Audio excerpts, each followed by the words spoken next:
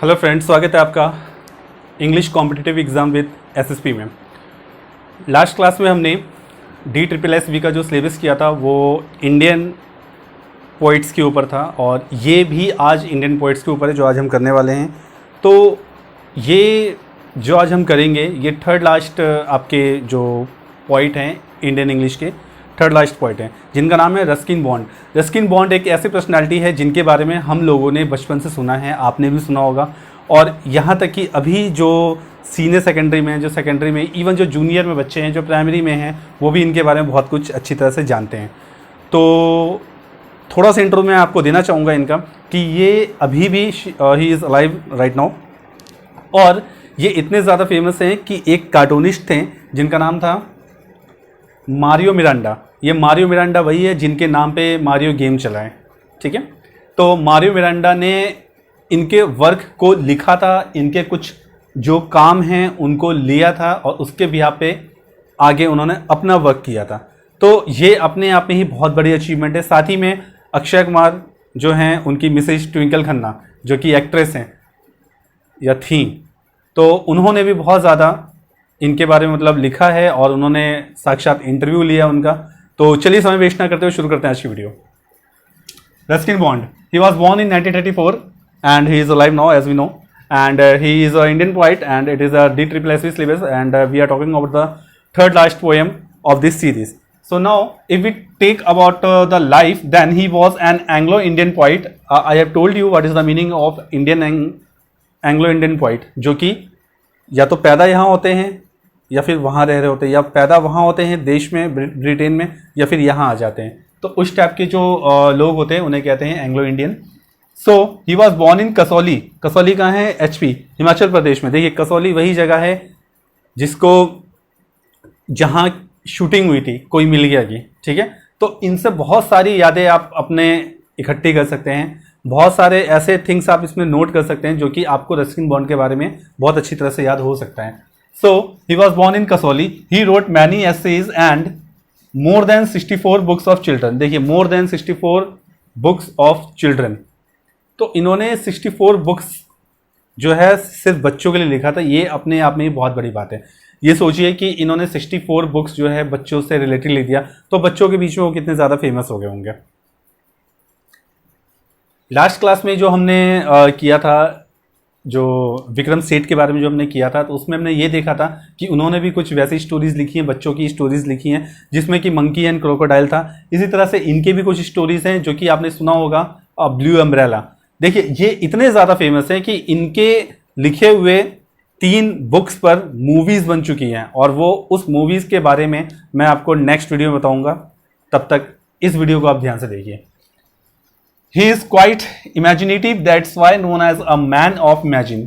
ठीक है, उनको इमेजिन बहुत अच्छा करते थे, यानी कि एक अच्छी ज़्यादा इमेजिनेटिव पावर थी उनके अंदर कि किसी भी चीज़ को इमेजिन करके बहुत अच्छी तरह से बता देना। तो ये that's why he is known as a man of imagine, क्योंकि बहुत अच्छा इमेजिन करते थे वो। We can see many stories of him that is taken from his own life and known as semi biographical. देखिए उनके कुछ पोएम आप जो देखेंगे वो सेमी बायोग्राफिकल है। सेमी बायोग्राफिकल उसे कहते हैं जब कोई पोइट जो लिखते हैं तो उसको अपनी लाइफ से रिलेटेड चीज़ों को लिख देते हैं और कुछ एडअप कर देते हैं, तो उसे कहते हैं। तो मोस्ट ऑफ स्टोरीज में इन्होंने ऐसा ही किया है, वो हम आगे अभी देखेंगे। तो चलिए आगे बढ़ते हैं। Ruskin bonds loves Dehradun. अब वो नेचर से बहुत ज़्यादा प्यार करते थे और जहाँ रहते थे उससे भी बहुत ज़्यादा प्यार करते थे। As we know that he lives in Dehradun, that we can see in his most of works that tells how much he loves nature. ठीक है, तो he was not adventurous himself but strangest and extraordinary things keep happening around him.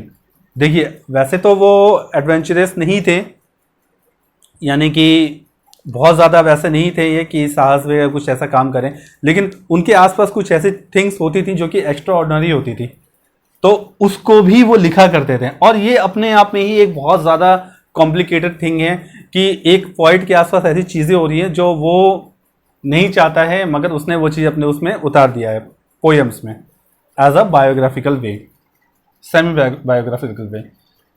He wrote first story untouchable at the age of 16। देखिए untouchable उन्होंने एक story लिखी थी जब वो 16 ईयर्स के थे। ये बहुत ही अच्छी बात है कि at the age of 16 years उन्होंने एक पूरी की पूरी स्टोरी लिख डाली और उस स्टोरी का नाम क्या था, अनटचेबल। देखिए अनटचेबल से आपको याद आ रहा होगा कि अनटचेबल तो एक नॉवेल था जिसको किसने लिखा था, आप कमेंट में लिख के बताएंगे मुझे।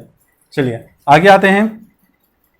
Work in 1966 he wrote the hidden pull. उन्होंने 1966 में हिडन पुल लिखा था। क्या लिखा था, हिडन पुल, वेयर एक पर्सन होता है जिसका नाम लॉरे होता है एंड इंग्लिश बॉय, वो कि इंग्लिश बॉय होता है एंड स्मॉल हिल टाउन, जो कि स्मॉल हिल टाउन में रहता है इंडिया के, strikes up an unlikely friendship with Anil the son of local merchant and Kamal an orphan who sells button and shoe laces but have dream to going college. यहां इन्होंने इसमें बताने की कोशिश की है कि एक ऐसे लड़के की स्टोरी है जो कि एक छोटे से हिल टाउन में रहता है और उसकी एक ऐसे लड़के से दोस्ती होती है जो कि मर्चेंट का बेटा होता है, उसका नाम अनिल होता है, और दूसरे से जो दोस्ती होती है वो काफ़ी गरीब होता है और उसका नाम कमल है, और वो इतना गरीब होता है कि अपना गुजारा करता है शू लेसेस बेच के और बटन बेच के अपना गुजारा करता है। लेकिन उसकी जो एम है, जो उसकी इच्छा है, वो ये है कि वो कॉलेज जाए। तो ये अपने आप में एक थोड़ा सा टचेबल स्टोरी है कि आप सोचिए कि जिसके पास ढंग से खाने पीने को पैसे नहीं है, 3 टाइम का खाना एक तरह से नहीं हो पाएगा, वो इंसान इतना ज़्यादा सोच रहा है, उसकी मेंटलिटी कितनी स्ट्रांग होगी सोचिए आप। ठीक है, तो ये चीज़ें उन्होंने इसमें डालने की कोशिश की है। लेकिन अगर हम देखेंगे तो इस स्टोरी में क्या है कि जो कैरेक्टर इंग्लिश बॉय का वो स्मॉल हिल टाउन में रहता है, रस्किन बॉन्ड भी वही रहते हैं, और अनलाइकली फ्रेंडशिप होती है और आसपास के जो लोग हैं उनको बहुत ज़्यादा मना करते हैं, कुछ ऐसी घटनाएं होती हैं जो नहीं होनी चाहिए, जो कि इनके लाइफ से रिलेटेड है। ठीक है, आप जब हम इनका वर्क करेंगे तो उसमें आप कई चीज़ें रिलेट करेंगे कि कई चीज़ें इनके लाइफ से रिलेट हो रही हैं। चलिए आते हैं नेक्स्ट टॉपिक पे, honest. In 1999 he got Padma Shri. Padma Shri उन्हें 1999 में मिला था। 2014 में ही गॉट पद्म भूषण। पद्म भूषण की डेट आपको जैसी याद करनी हो आप मोदी जी को याद कर सकते हैं, 2014 में वो भी आए थे, इन्हें पद्म भूषण भी मिला था। नेक्स्ट आते हैं अ लीजेंडरी कार्टूनिस्ट। जैसे कि मैंने आपको स्टार्टिंग ऑफ द वीडियो बताया था कि जो लीजेंडरी कार्टूनिस्ट हैं मारियो मिरांडा, जो कार्टूनिस्ट है मारियो मिरांडा, तो उन्होंने इनके बारे में कुछ ऐसी चीज़ें लिखी भी थी और इलस्ट्रेट किया था इनके वर्क को, यानी कि अपनाया था। Actress Twinkle Khanna has taken his interview. Twinkle Khanna ने उनका इंटरव्यू लिया है। That's link I have put in description, you can see it's link. और आप पूरी वीडियो अगर उनकी देखें कि वो किस तरह से इंटरव्यू ले रहे हैं तो आपको बहुत अच्छा लगेगा, तो होप सो कि आप उसको देखेंगे। चलिए आते हैं नेक्स्ट टॉपिक पे। इन 2013 he works rusty that the name of a fictional boy. अब उन्होंने 2013 में एक बुक लिखी जिसका नाम रस्टी था, और वो एक फिक्शनल कैरेक्टर था जो कि 16 ईयर्स का था एंड हु इज ऑर्फन। वो एक ऑर्फन होता है and his guardian is mister Harrison. क्या नाम होता है गार्जियन का? मिस्टर हैरिसन, जिनसे वो बहुत ज्यादा डरता है। whom he feared very much. He makes a friendship to nearby children that is not known by Harrison. वो आसपास के बच्चों से दोस्ती करता है जो कि मिस्टर हैरिसन को नहीं पता है। अब आगे क्या होगा, किस तरह से वो निपटेगा, क्या उसकी महत्वाकांक्षाएं आगे बढ़ पाएंगी, इसके लिए आपको इसको पढ़ना पड़ेगा। इसका एंड किया गया, बहुत अच्छी तरह से एंड किया गया है, क्योंकि हम बहुत शॉर्ट वीडियोस बनाते हैं ताकि आपको इंट्रो पता चल जाए, इसलिए इसमें इतनी डिटेल नहीं बताई गई है। चलिए टॉपिक पे आते हैं, तो होप सो कि आपको इतना क्लियर होगा। अब एक बार यहाँ पर रिवाइज कर लेते हैं। Ruskin bond who was born in 1934 and he is still alive now. He was an he was नहीं होगा, he is होगा। He is an Anglo-Indian poet born in Kasoli, जो कि HP में है। He wrote many essays and more than 64 books of the children. He is quite imaginative and that's why known as the man of the imagine.